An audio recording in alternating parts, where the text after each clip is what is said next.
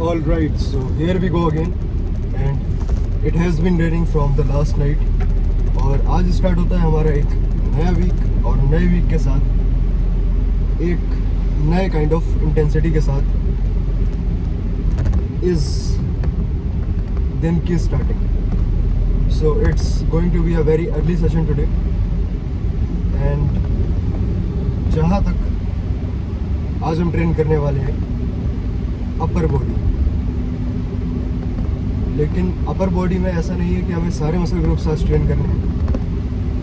It could be just chest और it could be just back. लेकिन क्योंकि आज है मंडे और ऑफिशियली चेस्ट से ही सारे ट्रेनिंग स्पीड्स की स्टार्टिंग होती है, और इसके पीछे कोई भी एक लॉजिकल रीज़न नहीं है. But still chest day holds a different position in anyone's training. तो इसी आइडियोलॉजी के साथ और एक्साइटमेंट के साथ what we are gonna do today is to destroy our pecs.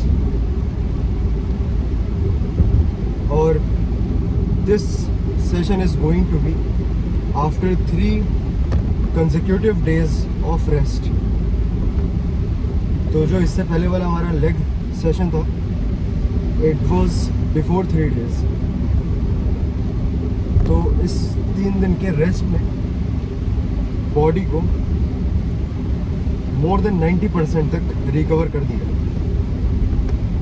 क्योंकि अगर अपने रिसेंट लास्ट सेशंस की बात करें, चाहे वो लेग्स हो या फिर chest, back, shoulders, it all were too much of fatigue accumulating sessions.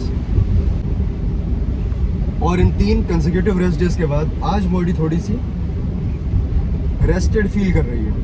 और इसके पीछे बस यही रीज़न है क्योंकि जो हमारे लास्ट रिसेंट सेशंस रहे थे उसमें हमने कुछ ज़्यादा ही पुश कर दिया था. और it is definitely true that कि हम हर सेशन में इतना ज़्यादा पुश नहीं कर सकते. या तो हमें अपनी इंटेंसिटी को थोड़ा सा स्मार्टली डिवाइड करना पड़ेगा, यानी कि एक सेशन हम ज़्यादा फोकस कर सकते हैं मोर ऑन हैवी लिफ्टिंग, और एक सेशन हम ऐसा कर सकते हैं that is a little bit of softer session. Softer का मतलब ये है कि अपने ओरिजिनल हार्डकोर ट्रेनिंग से बस एक स्टेप नीचे. लेकिन I really don't like that kind of training, but it has to be implemented अगर हमें रिकवरी को ऑप्टिमाइज करना है. और रिकवरी को ऑप्टिमाइज करना इसीलिए सबसे ज़्यादा इम्पोर्टेंट हो जाता है. If someone needs to make real gains, और अकॉर्डिंग टू द गोल, अगर किसी का गोल फैट लॉस भी है तो उसमें भी रिकवरी का बहुत रोल होता है. And when we talk about making gains, so it is basically in growth phase, यानी कि बल्किंग या फिर कैलोरी सरप्लस फेज. तो इसमें एक चीज़ तो क्लियर है कि हम इंटेंसिटी से बिल्कुल भी कॉम्प्रोमाइज़ नहीं करते हैं. हम हर सेशन को एक हार्ड कोर ट्रेनिंग सेशन बनाते हैं, लेकिन अगर हमें उस इंटेंसिटी का एक्चुअल रिजल्ट चाहिए तो हमें रिकवरी के संग बिल्कुल भी कॉम्प्रोमाइज़ नहीं करना पड़ेगा. ऑफ कोर्स जितनी भी हम इंटेंसिटी के संग ट्रेन करते हैं वो बिल्कुल कंट्रीब्यूट करता है गेन्स बनाने में. लेकिन अगर हम उस सेम इंटेंसिटी के संग अपनी रिकवरी को और ज़्यादा ऑप्टिमाइज नहीं करते हैं, then it will definitely become a counter productive approach. और जिसका मतलब ये है कि हम गेन्स की जगह लूज़ करने लगते हैं.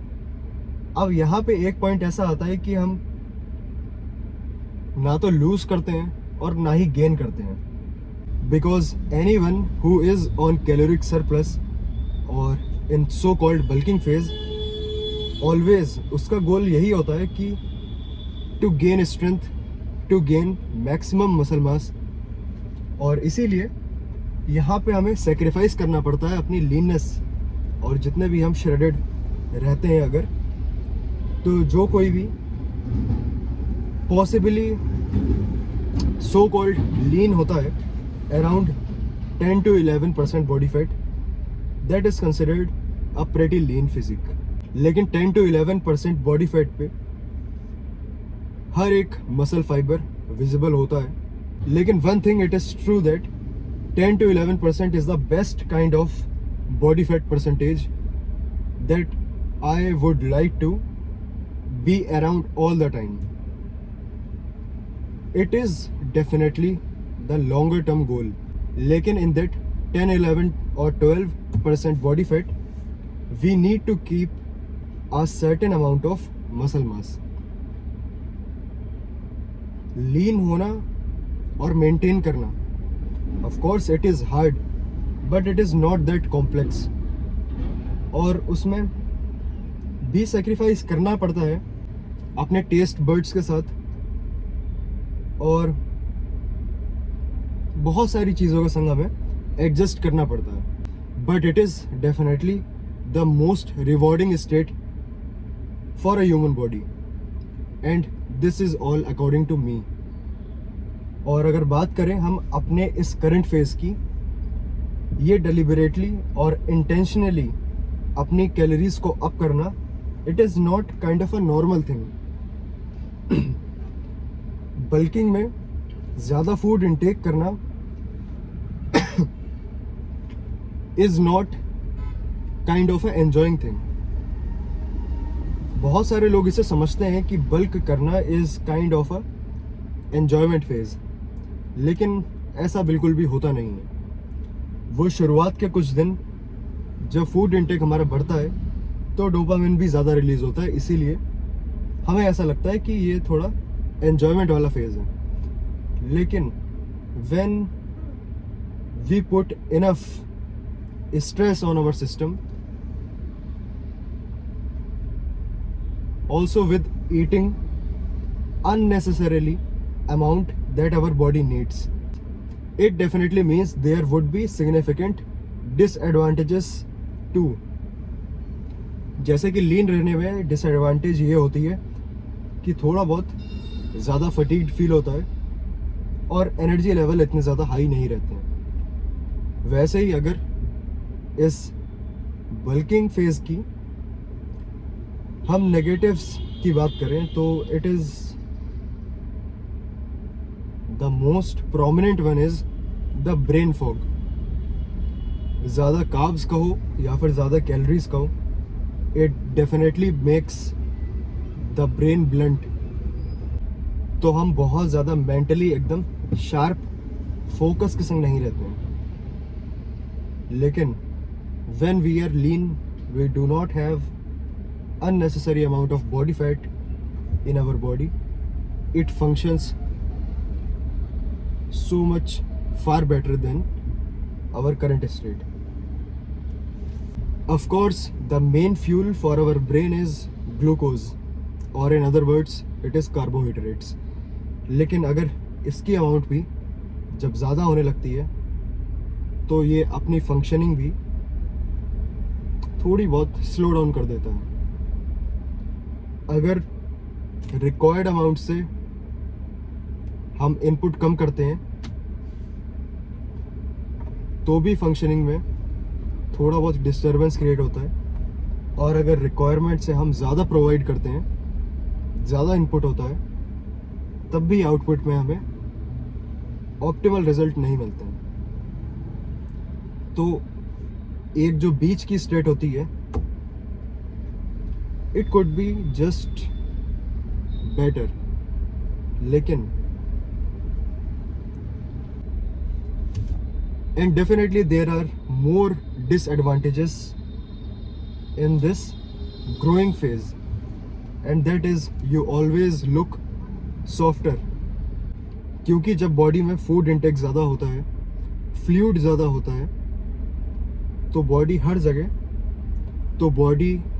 हर जगह से ज़्यादा सॉफ्ट लगती है।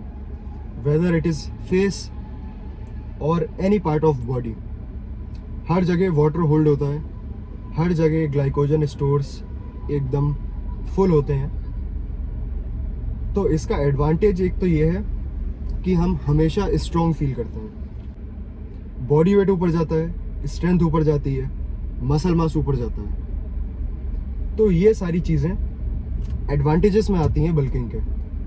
और अगर हम इसे डिसएडवांटेजेस से कंपेयर करें तो हर किसी के लिए ये प्रूफ होता है कि bulking is not a kind of approach that could be followed consistently for a very long period of time और could not be in a permanent state of bulking, क्योंकि that would definitely put some disadvantages more than it could provide you any benefits. Okay, let's talk about today's approach. तो फिर चलते हैं सीधे अंदर और देखते हैं कि आज के दिन का क्या प्लान रहने वाला है।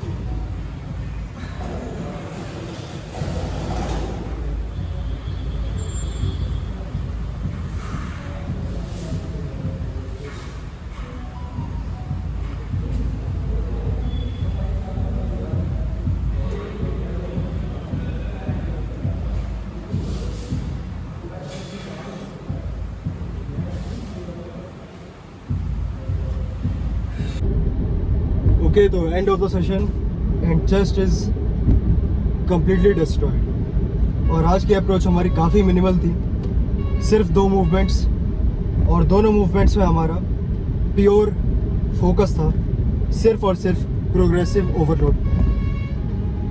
और प्रोग्रेसिव ओवरलोड को फोकस में रखते हुए we did incline dumbbell presses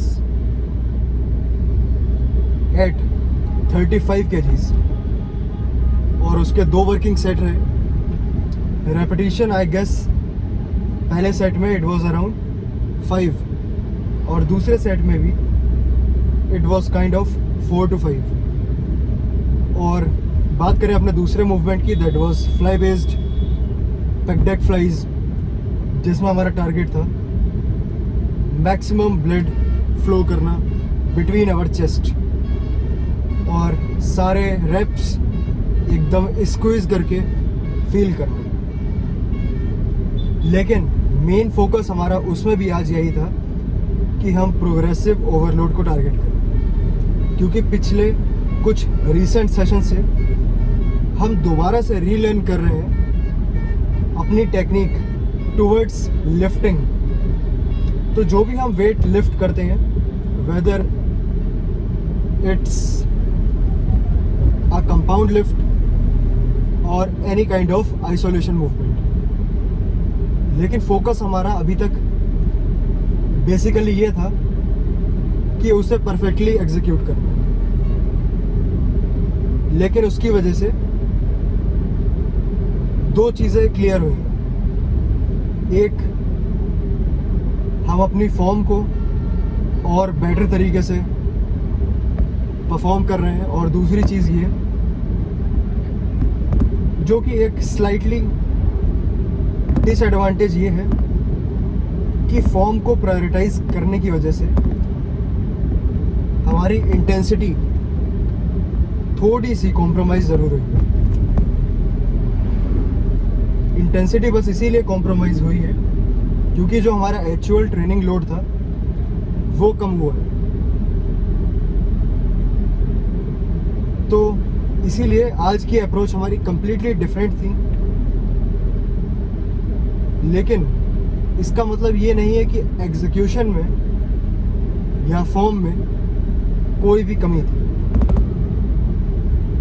तो इस हमने प्रीवियस फेज में जो फॉर्म सीखी, एग्जीक्यूशन फिर से रीलर्न करा, हमने उसी का प्रॉपर यूटिलाइजेशन करके हैवी लोड के संग ट्रेन करा। लेकिन ये बिल्कुल भी इम्पोर्टेंट नहीं है कि हमारा हर एक सेशन बिल्कुल ऐसा ही लगने वाला है। आज के सेशन को हम ये कह सकते हैं कि it was more kind of a test of strength. तो आज एक चीज ये क्लियर होती है कि अभी करंट इस स्टेट में हम मैक्सिमम कितना पुश कर सकते हैं without compromising with form. And after this intense session, now plan is to intensely recover. तो चलते हैं सीधे घर पे, करते हैं एक बड़ी सी post workout meal which would be most probably just oats and eggs. मिलते हैं फिर सीधे कल के नेक्स्ट सेशन के साथ।